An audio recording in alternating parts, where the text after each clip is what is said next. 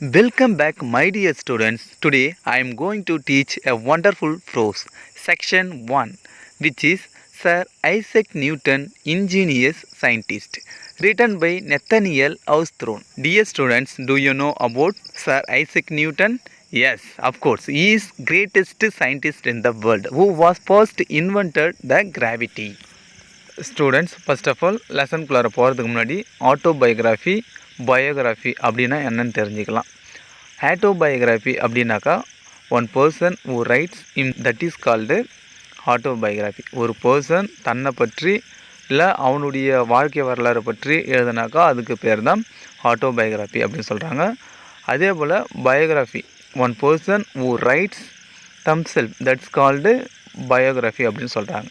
ஒரு பர்சன் மற்றவங்கள பற்றி அனதர் பர்சனை பற்றி ஒரு வாழ்க்கை வரலாறு இல்லை அவங்களுடைய நிகழ்வுகளை பற்றி எழுதுறது தான் பயோகிராஃபி அப்படின்னு சொல்கிறாங்க. இங்கேயும் கூட நெத்தனியல் ஹாவ்த்ரோன் ஐசக் நியூட்டன் பற்றி பயோகிராஃபி ரைட் பண்ணுறாரு. அதை தான் இப்போ நம்ம பார்க்க போகிறோம். க்ளோசரி பார்க்கலாம். Ingenuity the ability to invert things, அதாவது புத்தி கூர்மை, ஒரு புதிய பொருட்களை கண்டுபிடிக்கிறதுக்கான அந்த எபிலிட்டி புத்தி கூர்மை. இல்லை க்ரியேட்டிவிட்டி, அதாவது புதிய முயற்சி இல்லை ஒரு பொருளை கண்டுபிடிக்கிறதுக்கான அந்த யுக்தி, அதுக்கு தான் இன்ஜென்யூனிட்டி அப்படின்னு சொல்கிறாங்க. கான்ட்ரிபியூட் கிரியேட்டட் இன்வென்டட், உருவாக்குதல் அல்லது கண்டுபிடித்தல் அப்படின்னு சொல்கிறது தான் கான்ட்ரிபியூட் அப்படின்னு சொல்கிறாங்க. Next one apprentice, works for someone to learn skills. Apprentice அப்படின்னாக்கா காசு இல்லாமல் நம்மளுடைய ஸ்கில்லை டெவலப் பண்ணுறதுக்காக ஒரு பிளேஸில் ஒரு கம்பெனிலேயோ நம்ம ஒர்க் பண்ணுறதுக்கு பேர் தான் அப்ரண்டைஸ் அப்படின்னு சொல்கிறாங்க. ஆல்ரெடி நமக்கு அந்த ஸ்கில் இருக்கும், இன்னமும் அந்த ஸ்கில்லை வந்து நம்ம டெவலப் பண்ணுறதுக்காக கற்றுக்கிறதுக்காக நம்ம ஃப்ரீ ஆஃப் காஸ்ட்டில் ஒர்க் பண்ணுறதுக்கு தான் அப்ரண்டைஸ் அப்படின்னு சொல்கிறாங்க. Acquiring getting knowledge R skill. Acquiring அப்படின்னா கெட் அப்படின்னு சொல்கிறோம், ஏதோ ஒன்று நமக்கு பெறுதல் அப்படின்றது தான் அக்வயர்னு சொல்கிறாங்க. இந்த இடத்துல நாலேஜ், இந்த இடத்துல அக்வயரிங்கிறது வந்து நாலேஜ் சொல்கிறாங்க அல்லது ஸ்கில்ல சொல்கிறாங்க. Next one gauge, here estimate determine. Gauge அப்படின்னாக்கா மதிப்பிடுதல், இதோடைய மதிப்பு அப்படின்னு சொல்லுவோம் அல்லது அளவிடுதல் அப்படின்றது தான் காஜ் அப்படின்னு சொல்கிறாங்க. ப்ரைடு இன்வெஸ்டிகேட், ஆராய்தல் மேற்பார்வையிடுதல் அப்சர்வ் பண்ணுறது தான் ப்ரைடு அப்படின்னு சொல்கிறாங்க. Offers funnel shaped fins for feeding grains into mills. Offers அப்படின்னாக்கா நம்ம கம்பெனிஸில் பார்த்துக்கலாம், ஃபேக்ட்ரிஸில் பார்த்துக்கலாம். ஃபார் எக்ஸாம்பிள் ரைஸ் மில்க் போகிறோம்னாக்கா அந்த இடத்துல வந்து நெல்லை வந்து இந்த ஜாவுக்குள்ளார தான் கொட்டுவாங்க. அந்த ஜாவில் இருந்து தான் மற்ற பார்ட்ஸுக்கு எல்லாத்துக்குமே போகும், சரிங்களா? அப்போ ஆஃபர்ஸ் அப்படின்னாக்கா அந்த ஃபஸ்ட்டு முகவாய் அப்படின்னு சொல்லுவாங்க. அப்போ நம்மளுடைய மனிதனுடைய வாய் தான் இந்த இடத்துல ஆஃபர்ஸ்னு மைண்டில் வச்சுக்கணும். அப்போ நம்ம சாப்பிட்றோம், ஃபஸ்ட்டு நம்ம வாய்க்குள்ளார போயிட்டு தான் மற்ற பார்ட்ஸுக்கு போகுது. அப்போ ஆஃபர்ஸ்னால் ஃபஸ்ட்டு அந்த என்ட்ரன்ஸுக்கு பேர் தான் ஆஃபர்ஸ் அப்படின்னு சொல்கிறாங்க. Dear student, I clearly told this story is biography of sir Isaac Newton written by Nathaniel Hawthorne. இப்போது நம்ம ஸ்டோரிக்குள்ளே என்ட்ரு ஆகலாம். Read the following passage on Sir Isaac Newton. On Christmas Day in the year 1642, Isaac Newton was born at the small village of Woolsthorpe in England. Little did his mother think, when she beheld her newborn babe, that he was destined to explain many matters which had been a mystery ever since the creation of the world. On Christmas Day in the year 1642, Sir Isaac Newton and Christmas Day. On Christmas Day அப்படின்னாக்கா December 25 தான் சொல்கிறாங்க Christmas day அப்படின்னு சொல்லிட்டு. 1642ல் Isaac Newton பிறந்திருக்கிறாரு. The small village of Woolsthorpe, ஒரு பிறந்த அந்த ஸ்மால் வில்லேஜ் நேம் என்ன சொல்கிறாங்கனாக்கா உல்ஸ்த்ரோப் அப்படின்னு சொல்கிறாங்க. அது எங்கே இருக்குனாக்கா இங்கிலாண்டில் இருக்குது. அவங்க அம்மா கொஞ்சம் கூட நினச்சி பார்த்துருக்க மாட்டாங்க தன்னுடைய மகன் எந்த அளவுக்கு இந்த உலகத்தையே மாற்றி அமைக்கக்கூடிய ஸ்கில் அவங்ககிட்ட இருக்குது அப்படின்னு சொல்லிட்டு கொஞ்சம் கூட நினச்சி பார்த்துருக்க மாட்டாங்க. பேப் அப்படின்னாக்கா பேபி அப்படின்னு சொல்கிறாங்க. இந்த உலகத்தில் நிறைய விஷயங்கள் இருக்குது, நிறைய புதிர்கள் இருக்குது, அதுக்கு வந்து நிறைய விடை தெரியாமலே இருக்குது. அதுக்கு விடை சொல்கிற அளவுக்கு எந்த அளவுக்கு அவன் ஸ்கில்ஃபுல்லாக இருப்பான் அப்படின்னு சொல்லிட்டு அவங்க அம்மாவுக்கு தெரியாது அப்படின்னு சொல்லிட்டு நம்ம நரேட்டர் சொல்லிட்டு இருக்காங்க. Isaac's father being dead, Mrs. Newton was married again to a clergyman and went to reside at North with them. Isaac உடைய அப்பா வந்து செத்துறாரு. செத்த உடனே அவங்க அம்மா மிஸ்ஸஸ் நியூட்டன்னாக்கா ஐசக் நியூட்டனுடைய அம்மா ஒரு கிளர்ஜிமேனை மேரேஜ் பண்ணிக்கிறாங்க. கிளர்ஜிமேன்னா அப்படின்னாக்கா மதகுரு தான் கிளர்ஜிமேன் அப்படின்னு சொல்கிறாங்க. அவங்கள மேரேஜ் பண்ணிக்கிட்டு நார்த் வித்தம் அப்படின்ற ஒரு பிளேஸில் அவங்க ரெசிட்னா அங்கே வந்து வசிக்க ஆரம்பிச்சிடுறாங்க. Her son was left to care of his good old grandmother, who was very kind to him and sent him to school. Then her son அப்படின்னாக்கா நியூட்டனை தான் சொல்கிறாங்க. யார் சொல்கிறதுனாக்கா நியூட்டனுடைய அம்மா சொல்கிறாங்க. அவங்க அப்பா செத்தது பிறகு அவங்களுடைய சன்னை வந்துட்டு ஓல்டு கிராண்ட்மதர்னால் அவங்க பாட்டிக்கிட்ட ஒப்படைச்சிடுறாங்க. அவங்க வந்து அவங்களுடைய பேர குழந்தை சொல்லுவாங்க இல்லையா, கிராண்ட் சன்னை வந்துட்டு நல்லா கேர் பண்ணிக்கிறாங்க. அவங்க தான் வந்து ஐசக் நியூட்டனை ஸ்கூலுக்கும் சென்ட் பண்ணுறாங்க. In his early years, Isaac was chiefly remarkable for his ingenuity in all mechanical occupations. He had set of little tools and saws of various size, manufactured by himself. Isaac நியூட்டனுடைய பாட்டி அவங்கள வந்து கைண்டாகவும் பத்திரமாகவும் care பண்ணி பார்த்துக்கிறாங்க அப்படின்னு சொல்கிறாங்க. அதுக்கப்புறம் Isaac Newton அந்த வளர ஸ்டேஜ், அதாவது இயர்லி இயர்ஸ் அப்படி சொல்லுவாங்க, அந்த பருவ வயசில் கூட அவர் என்ன பண்ணுவார்னாக்கா அவர் வந்து ரிமார்க்கபுள் இன்ஜென்யூனிட்டியாக அப்படி இருந்திருக்கிறாரு அப்படின்னு சொல்கிறாங்க. அப்போ ரிமார்க்கபுள் அப்படின்னாக்கா எக்ஸ்ட்ராடினரி அப்படின்னு சொல்கிறோம். இன்ஜென்யூனிட்டி அப்படின்னாக்கா எபிலிட்டி அப்படின்னு சொல்கிறோம் நம்ம. அப்போ அவர் வளரும்போது கூட என்ன பண்ணியிருக்காருன்னா அவர்கிட்ட சின்ன சின்ன டூல்ஸ்லாம் அவர் வச்சுட்டு இருப்பார். மெக்கானிக்கல் ஆக்குபேஷன்ஸ், அவரே வந்து புதிய ஒரு பொருளை வந்து உருவாக்குவார். இவரே திங்க் பண்ணி க்ரியேட்டிவிட்டியாக யோசிப்பார் அப்படின்னு சொல்கிறாங்க. அவர்கிட்ட எப்போவுமே நிறைய டூல்ஸ்லாம் வச்சுருப்பார். அந்த டூல்ஸ் வந்து இவரே செஞ்சு வச்சுருப்பார். Manufacture by himself. அந்த டூல்ஸ் எல்லாமே இவரே வந்து செஞ்சு வச்சுப்பார் அப்படின்னு சொல்கிறாங்க. அதுக்கப்புறம் வந்து சாஸ் ஆஃப் வேரியஸ் சைஸ். சாஸ்னால் ரம்பம் சொல்லுவாங்க, அறுக்கிறதுக்காக யூஸ் பண்ணுவோம் இல்லையா, அதுக்கு பேர் தான் சாஸ்ன்னு சொல்கிறாங்க. அந்த சாஸ் வந்து நிறைய சைஸில் இவர் வச்சுருக்காரு. அதை கட் பண்ணுறதுக்காக ஒரு நிறைய சைஸ்லாம் வச்சுருக்காரு அப்படின்னு சொல்கிறாங்க. அந்த எல்லாமே இவரே ஓனாக வந்து தயாரித்து வச்சுருப்பார், மேனுஃபேக்சர் பண்ணியிருக்காரு அப்படின்னு சொல்லிட்டு சொல்கிறாங்க. With the aid of these Isaac contributed to make many curious articles at which he worked with so much skill that he seemed to have been born with a saw or chisel in his hand. With the aid of these அப்படின்னாக்கா with the aid of these அப்படின்னாக்கா அந்த tools சொல்கிறாங்க. அந்த tools என்னன்னாக்கா screw ட்ரைவராக இருக்கலாம், அந்த sauce இதெல்லாம் வச்சுட்டு ஒரு நிறைய இன்வென்ட் பண்ணியிருக்கிறாரு. கான்ட்ரிவ்னாக்கா இன்வென்ட் அப்படின்னு முன்னாடி நம்ம பார்த்தோம். அப்போ இதெல்லாம் வச்சுட்டு நிறைய பொருளை வந்து தனக்கு தனியாக வந்து உருவாக்கியிருக்கிறாரு. அதை பார்க்குறது எப்படி இருக்குனாக்கா க்யூரியஸாக இருக்குது. ஆர்டிகல்ஸ்னால் நிறைய அந்த பொருள் அவர் வந்து ஐசக் நியூட்டன் இந்த ஸ்க்ரூ ட்ரைவர் வச்சுட்டு இந்த சாஸ் வச்சுட்டு என்னெல்லாம் கண்டுபிடிச்சாரோ அதை பார்க்குறதுக்கு ரொம்ப க்யூரியஸாக இருக்குது, அப்படியே விசித்திரமாக இருக்குது அப்படின்னு சொல்லிட்டு இருக்கிறாங்க. அதுக்கப்புறம் அது அந்த சின்ன சின்ன பொருள்லாம் அவர் வந்து கண்டுபிடிச்சிருக்கிறாரு, அவர் வச்சுட்டு இருக்கிறாரு. அந்த பொருள் பார்க்குறதுக்கு வந்து ரொம்ப வந்து அது ஸ்கில்ஃபுல்லாக இருக்கும் அப்படின்னு சொல்கிறாங்க. அதில் அவ்வளோ வந்து மெனக்கட்டு வேலை செய்வாங்கன்னு சொல்லுவாங்க இல்லையா, ஒரு சின்ன விஷயத்துக்காக நிறைய எஃபோர்ட் போடுவாங்க இல்லையா, அந்த அளவுக்கு அவர் வந்து ஒரு சின்ன பொருள் தயாரிக்கணும்னா கூட ரொம்ப எஃபோர்ட் போட்டு அதை தயாரிச்சிருக்கிறாரு அப்படின்னு சொல்கிறாங்க. அதுக்கப்புறம் வந்து மற்ற நெய்பர்ஸ் எல்லாமே இவர் என்ன சொல்கிறாங்கனாக்கா, இவர் வந்து பிறக்கும்போதே சீசல் அதுக்கப்புறம் வந்து சாஸ் வச்சுட்டு பிறந்த ஒரு மனுஷன் போல இருக்கிறாரு அப்படின்னு சொல்லிட்டு பக்கத்தில் அந்த நெய்பர்ஸ் எல்லாம் பேசிக்கிறாங்களாம். அந்தளவுக்கு ஏன்னாக்கா இவர் வந்து எப்போதுமே வந்து கையில் வந்து இந்த டூல்ஸ் வச்சுட்டே இருக்கிறாங்க. வச்சுட்டு அவர் வந்து வேலை செய்கிறதுனால மற்றவங்க எல்லாம் சொல்கிறாங்க இவர் பிறக்கும்போதுலேருந்து இது போல தானா அப்படின்ற போல் எல்லாமே பேச ஆரம்பிச்சிட்டாங்க. யாருன்னா நம்ம நியூட்டனை. The neighbors looked with vast admiration at the things which Isaac manufactured, and his old grandmother, I suppose, was never weary of talking about him. Isaac நியூட்டனுடைய நெய்பர்ஸ் எல்லாமே வந்து அவருடைய செஞ்ச மேனுஃபேக்சரை பார்த்துட்டு அவர் என்னெல்லாம் பொருள்லாம் செஞ்சாரோ அதை பார்த்துட்டு வாஸ்ட்னா ரொம்ப பயங்கரமாக அவரை பற்றி பேச ஆரம்பிச்சிட்டாங்க. அதுக்கப்புறம் அவங்களுடைய பாட்டி வந்துட்டு அவருடைய அந்த ஸ்கில்ஸை பற்றி பேசுகிறதுனால அவங்க வந்து எப்பயுமே வந்து களைச்சி போனதே கிடையாது. வேரி அப்படின்னாக்கா நல்லா டயர்டாகிறது அப்படின்னு சொல்லுவோம். அவங்க எப்பயுமே வந்து அவங்க கிராண்ட்சன் என்னெல்லாம் பண்ணாங்களோ அவங்க மேனுஃபேக்சர் பண்ணதை மற்ற நெய்பர்ஸ்கிட்டையும் அவங்களுடைய பெருமையை பற்றி பேசிகிட்டே இருப்பாங்க. அவங்க எப்பயுமே வந்து களைச்சி போனதே கிடையாது அப்படின்னு சொல்லிட்டு சொல்கிறாங்க. He will make a capital workman one of these days.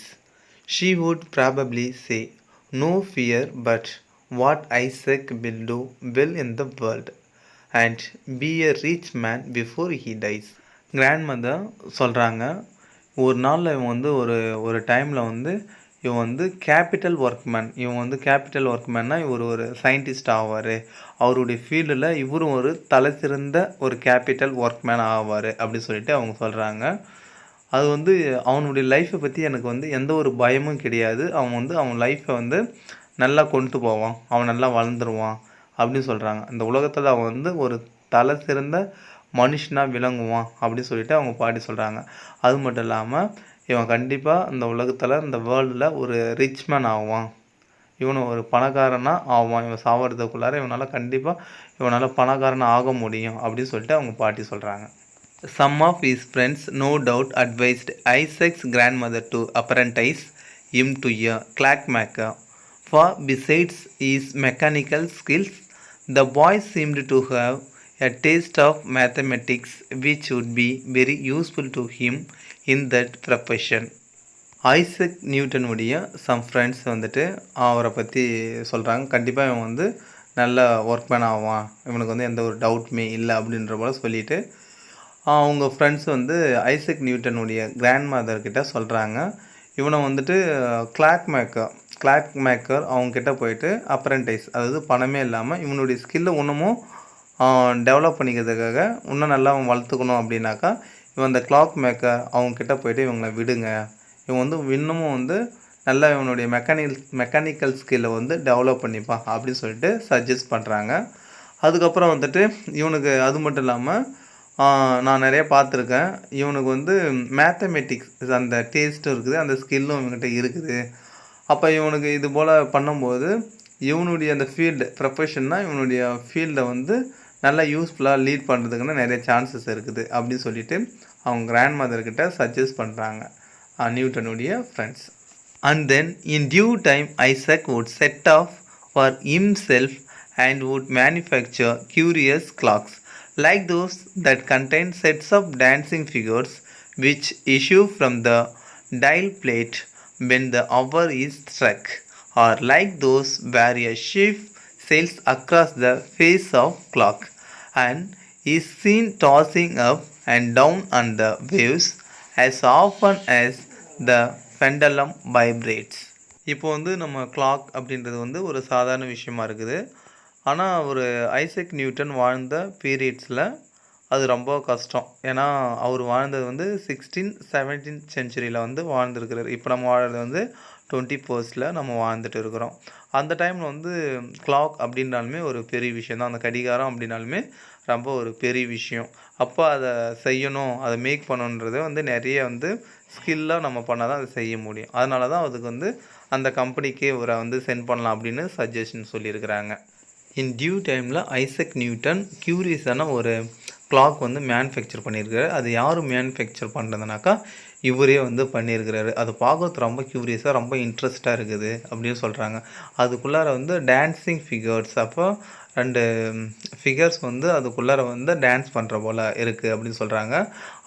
அந்த ஃபிகர்ஸில் இருந்துட்டு டயல் பிளேட் அப்படின்றது ஒன்று அவர் வந்து செட் பண்ணியிருக்கிறாரு. அது வந்து 1 ஹவருக்கு ஒரு முறை வந்து அது ஸ்ட்ரக் ஆகும். அப்போ அதுக்குள்ளார இருந்துட்டு ஒரு கப்பல் வந்து செயில் பண்ணுற போலையும் அவர் வந்து ரெடி பண்ணியிருக்கிறாரு. அப்போ எப்படின்னாக்கா ஹெண்டில் இருந்து அந்த ஃபேஸ் வரைக்கும் அப்படி மூவ் ஆனால் எப்படி இருக்குமோ அதுபோல் கப்பலை வந்து செயில் பண்ணுற போல் உருவாக்கியிருக்கிறாரு அப்படின்னு சொல்கிறாங்க. அது வந்து அந்த அலையெல்லாம் கடந்து வர போலலாம் பண்ணியிருக்கிறாரு அப்படின்னு சொல்கிறாங்க. அப்போ பிகினிங்லேருந்து ஹெண்டு வரைக்கும் வந்துட்டாக்கா அந்த பெண்டலம் வந்து வைப்ரேட் ஆகும், அது முடிஞ்சோடனே வைப்ரேட் ஆனவுடனே அதுலேருந்து வந்து சவுண்டு கேட்கும் அப்படின்னு சொல்லிட்டு அதுபோல் வந்து ஒரு நியூவான ஒரு இன்ட்ரெஸ்டான ஒரு கிளாக் கண்டுபிடிச்சிருக்கிறாரு அப்படின்னு சொல்கிறாங்க. Indeed, there was some ground for supposing that Isaac would devote himself to the manufacture of clocks, since he had already made one of a kind which nobody had ever heard of before. It was set going not by wheels and weights like other clocks, but by the dropping of water. This was an object of great wonderment to all the people in the neighborhood, and it must be confessed that there are few boys or men either who could contrive to tell what o'clock it is by means of a bowl of water. உண்மையிலே Isaac நியூட்டனால் எப்படி இது போல் வந்துட்டு ஸ்டார்டிங்லேயே இது போல் ஒரு க்யூரியஸான clock செய்ய முடிஞ்சுது அப்படின்னாக்கா அதுக்கான காரணங்கள் இருந்துச்சு. அதுதான் இப்போ பார்க்க போகிறோம் நம்ம. Since he had already made one, அவர் இதுக்கு முன்னாடியவே இந்த கிளாக் கம்பெனியில் ஒர்க் பண்ணுறதுக்கு முன்னாடியாவே இவர் வந்து ஆல்ரெடி ஒரு கிளாக் வந்து மேனுஃபேக்சர் பண்ணியிருக்கிறாரு.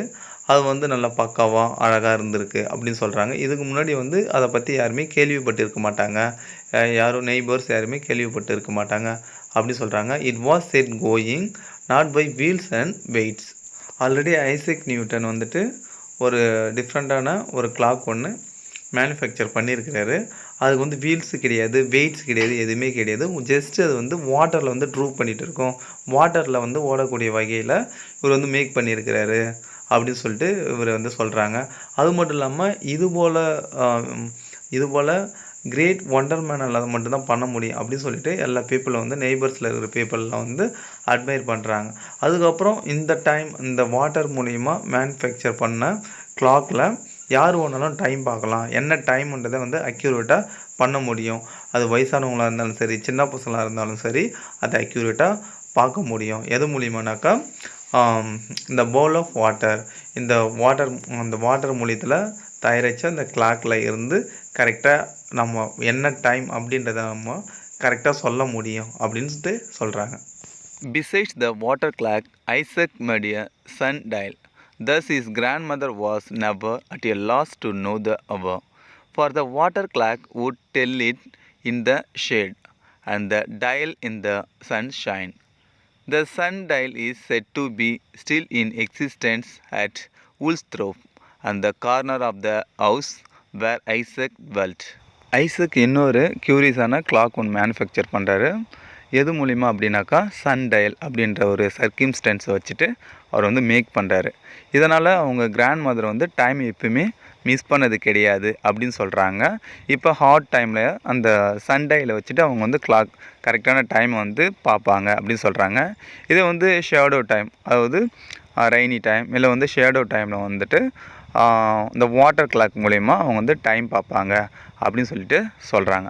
அது மட்டும் இல்லாமல் இவர் மேனுஃபேக்சர் பண்ண அந்த கிளாக் வந்து இன்னமும் அவங்க வாழ்ந்த வீட்டில் வந்து இன்னமும் வச்சுட்டு இருக்காங்க, இன்னமும் இப்போ ஸ்டில் இன்னமும் இருக்குது அப்படின்னு சொல்கிறாங்க. அந்த முன்னாடி நம்ம பார்த்தோம் இல்லையா, woolsthorpe அப்படின்ற ஒரு வில்லேஜில் அவங்க வீட்டில் ஒரு கார்னர் பிளேஸில் இன்னமும் இவர் மேனுஃபேக்சர் பண்ண அந்த கிளாக்லாம் இருக்குது அப்படின்னு சொல்கிறாங்க. Isaac possessed a wonderful faculty of acquiring knowledge by the simplest means. For instance, what method do you suppose he took to find out the strength of the wind? Isaac அது மட்டும் இல்லாமல் சின்ன சின்ன விஷயத்துலேருந்து கூட பெரிய நுணுக்கமான அந்த அக்யூரிங் நாலேஜை பெற்றிருக்காரு. அப்போ அக்யூரிங் நாலேஜ் அப்படின்னாக்கா கெட்டுன்னு அர்த்தம், பெறுதல்னு அர்த்தம். அப்போ நம்ம சாதாரண ஒரு விஷயமாக நினைப்போம், ஆனால் ஒரு அந்த சாதாரண விஷயத்துலேருந்து ஒரு மிகப்பெரிய ஒரு நுணுக்கமான ஒரு வேலையை வந்து அது மூலிமா கற்றுப்பார் அப்படின்னு சொல்கிறாங்க. அப்புறம் what method do you suppose he took, என்னென்ன மெத்தட்லாம் இவர் வந்து அதிலிருந்து எடுத்திருக்காரு அப்படின்னு சொல்லிட்டு இப்போ பார்க்கலாம். அப்போ உங்களால் நம்ப முடியுதா, அந்த காற்றின் வலிமையை கூட இவர் வந்து கண்டுபிடிக்கிறதுக்காக ஒரு சில மெத்தட்லாம் வந்து ஃபைண்ட் அவுட் பண்ணியிருக்கிறாரு. அதான் இதுக்கப்புறம் நம்ம பார்க்க போகிறோம். He jumped against the wind, and by the length of his jump, he could calculate the force of a gentle breeze, a brisk gale, or a tempest. Thus, even in his boy's sports, he was continually searching out the secret of philosophy. Isaac காற்று வீசும்போது அதுக்கு எதிரான திசையில் வந்து இவர் jump பண்ணுவார். Jump பண்ணும்போது இவரை எந்த அளவுக்கு வந்து ஃபோர்ஸ் பண்ணுது அப்படின்ட்டு ஒரு கால்குலேட் பண்ணுவார். அது வந்து என்ன, அது வந்து சாதாரண காற்றா, இல்லை வந்து கடினமான காற்றா, இல்லை சூறாவளி காற்றா அப்படின்னு சொல்லிட்டு இவர் வந்து கால்குலேட் பண்ண முடியுது அப்படின்னு சொல்கிறாரு. ஜென்டில் ப்ரீஸ்னால் மிதமான காற்று, ப்ரீஸ் கேல் அப்படின்னாக்கா கடுமையான காற்று, டெம்பஸ்ட்னா சூறாவளி காற்று. அப்போ ஈஸியாக அவர் வந்து கால்குலேட் பண்ணிப்பார். அந்த காற்றுடைய வேகத்தை வச்சுட்டும் இவருடைய ஃபோர்ஸ் வச்சுட்டும் இவரால் ஈஸியாக வந்து கால்குலேட் பண்ண முடியுது அப்படின்னு சொல்கிறாரு. அது மட்டும் இல்லாமல் இவருடைய அந்த சின்ன சின்ன அந்த பாய்ஸ் அப்படின்னு சொல்லுவாங்க, சின்ன பசங்களுடைய அந்த விளையாட்டில் இருந்து கூட நுணுக்கமான விஷயத்தை வந்து அவர் வந்து கற்றுக்கிட்டு இருக்கிறாரு. அதுலேருந்து நிறையா பிலாசபி அவர் வந்து லேர்ன் பண்ணியிருக்கிறாரு அப்படின்னு சொல்கிறாங்க. இவருடைய சக்ஸஸ்க்கு வந்து இதெல்லாம் கூட ஒரு ரீசனாக இருக்குது அப்படின்ற போல் இந்த இடத்துல சொல்கிறாங்க. Not far from his grandmother's residence there was a windmill which operated on a new plan. Isaac was in the habit of going there frequently and would spend hours in examining its various parts. Grandmother residence பக்கத்தில் விண்மீல் இருக்குது. அந்த விண்மீல் வந்து operate ஆகிட்டு இருக்கும். அது வந்து சுற்றிட்டு இருக்கும்போது இவர் வந்து அடிக்கடி அந்த பிளேஸ்க்கு வந்து போகிற ஒரு ஹேபிட்டாக வச்சுட்டு இருக்கிறார். அந்த விண்மீல் பக்கத்தில் போயிட்டு அங்கே நிறைய டைம் ஸ்பெண்ட் பண்ணுவார். நிறைய டைம் ஸ்பெண்ட் பண்ணிவிட்டு அதோடைய பார்ட்ஸ் எப்படிலாம் அது இயங்குது அப்படின்னு சொல்லிவிட்டு அதை வந்து நோட் பண்ணுவார். எக்ஸாமின்னாக்கா அப்சர்வ் பண்ணுவார். இது வந்து இவருடைய வழக்கமாகவே இது வந்து டெய்லியுமே இது போல் இவர் வந்து நிறைய டைம் போயிருக்காரு. அதை வந்து அதோடைய நாலேஜ் இவர் வந்து கேதர் பண்ணியிருக்கிறாரு. While the mill was at rest, he pried into its internal machinery when its broad sails were set in motion by the wind. He watched the process by which the millstones were made to revolve and crush the grain that was put into the upper. After gaining a thorough knowledge of its construction, he was observed to be unusually busy with its tools. Sometime விண்மில் rest அப்படின்னா ஸ்டாப்னு அர்த்தம். அப்போ அந்த விண்மில் வந்து நிறுத்தி வைக்கும்போது அவர் வந்து அதை observe பண்ணுவார். ஃப்ரைட் அப்படின்னாக்கா இன்வெஸ்டிகேட் பண்ணுறது. எதை இன்வெஸ்டிகேட் பண்ணுவார்னா அந்த விண்மில்லில் இருக்கிற அந்த இன்டர்னல் பார்ட்ஸை வந்துட்டு அந்த மிஷினில் இருக்கிற அந்த பார்ட்ஸ் எல்லாத்தையுமே அப்சர்வ் பண்ணுவார். இது எப்படி வந்து காற்று மூலயமா இது வந்து ரொட்டேட் ஆகுது, ரிவால்வ் ஆகுது அப்படின்றத வந்து இவர் வந்து கேதர் பண்ணுவார். அதை வந்து தெரிஞ்சுப்பார். இது எப்படிலாம் சுற்றுது அப்படின்றது நிறைய தெரிஞ்சுப்பார். அதுக்கப்புறம் வந்து மில் ஸ்டோன்ஸ் எப்படி வந்து அதை சுற்றி க்ரஷ் பண்ணுது, அந்த கிரைன்ஸ் வந்து எப்படி க்ரஷ் பண்ணுறது அப்படின்றதெல்லாம் நிறைய தெரிஞ்சுப்பார். அந்த ஆப்பர்லேருந்து அந்த கிரைன்ஸ் வந்து போட்டவுடனே அந்த தானியம் எல்லாமே உள்ளார போயிடுது. அதுக்கப்புறம் வந்து மில் ஸ்டோன்ஸ் வந்து இது எல்லாமே க்ரஷ் பண்ணுது, எல்லாமே இதெல்லாம் ஒரு நிறைய ஐடியா பண்ணிக்கிட்டாரு. அதோடைய நாலேஜ் வந்து கேதர் பண்ணிக்கினாரு. அதை சொல்கிறாங்க. ஆஃப்டர் கெய்னிங் எ தரோ நாலேஜ் இட்ஸ் கன்ஸ்ட்ரக்ஷன். அப்போ அந்த விண்மில் எப்படி வந்து பில்ட் பண்ணியிருக்காங்க, கன்ஸ்ட்ரக்ட் பண்ணியிருக்காங்க அப்படின்ற ஒரு முழுமையான அறிவு வந்து இவர் அந்த உற்றுநோக்குதல் மூலயமா தெரிஞ்சுக்கிட்டாரு அப்படின்னு சொல்கிறாங்க. இப்போது ஐசக் நியூட்டனுக்கு ஒரு தரோ நாலேஜ் கிடச்சிருச்சு. எதை பற்றி அப்படின்னாக்கா அந்த விண்மிலை பற்றி அவருக்கு நிறைய நாலேஜ் கேதர் பண்ணிட்டார். இப்போ வந்து அவர் வச்சுருக்கிற அந்த டூல்ஸை வச்சுட்டு ஒரு பிஸியாக இருக்கிறார். It was not long before his grandmother and all the neighborhood knew what Isaac had been about. He had constructed a model of the windmill, though not so large, and supposed as one of the box traps which boys set to catch squirrels. Yet every part of the mill and its machinery was complete.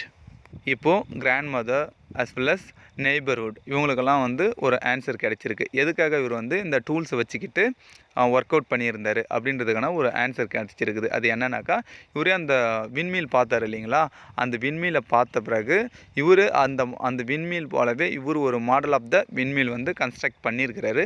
அது பார்க்குறதுக்கு ரொம்ப லார்ஜாகவும் கிடையாது, ஸ்மாலாக தான் இருக்குது. அது எப்படி இருக்குதுன்னாக்கா, இந்த box traps with boys set the catch squirrels அப்படின்னு சொல்கிறாங்க. அப்போ வந்து இந்த பாய்ஸ் எல்லாம் வந்து அணில் பிடிக்கிறதுக்கான அந்த ஸ்ட்ராப், அந்த பொறி வச்சு அணில் இல்லை மற்ற அனிமல்ஸ் வந்து பிடிக்கிறதுக்காக யூஸ் பண்ணுறதுக்கு பேர் தான் இந்த ஸ்ட்ராப்னு சொல்கிறாங்க.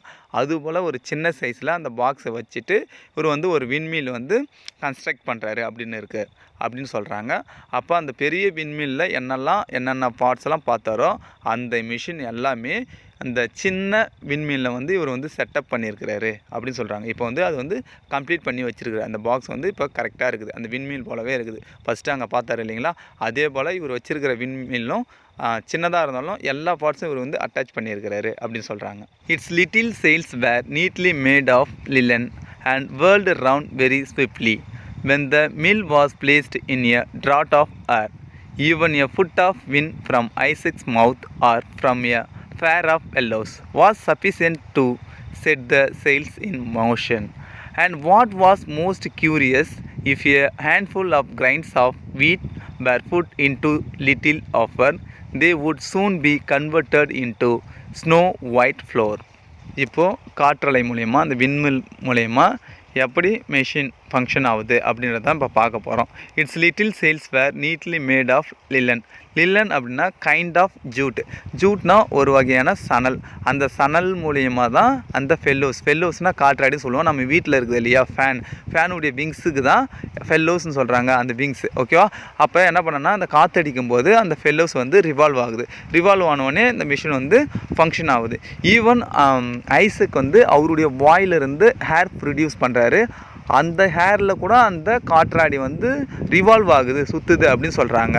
அப்போ ஒரு கைப்பிடி அளவுக்கு கிரைன்ஸ் ஆர் வீட் வாட் எவர் திங்ஸ், ஓகேவா, அதுக்குள்ளார நம்ம வந்து இன்சர்ட் பண்ணோம், அதுக்குள்ளே வந்து ட்ராப் பண்ணோன்னாக்கா அது வந்து ரிவால்வ் ஆன பிறகு அது வந்து ஒயிட் கலரில் ஃப்ளோராக கன்வெர்ட் பண்ணி நமக்கு மாவாக தருது அப்படின்னு சொல்கிறாங்க. அந்த அளவுக்கு இது வந்து இவர் பண்ணது நேர்த்தியாக இருக்குது அப்படின்னு சொல்லிட்டு நம்ம நரேட்டர் சொல்கிறாங்க. Thank you so much my dear students for your kind attention. Next video will be update soon. I mean it's continuity of section 2.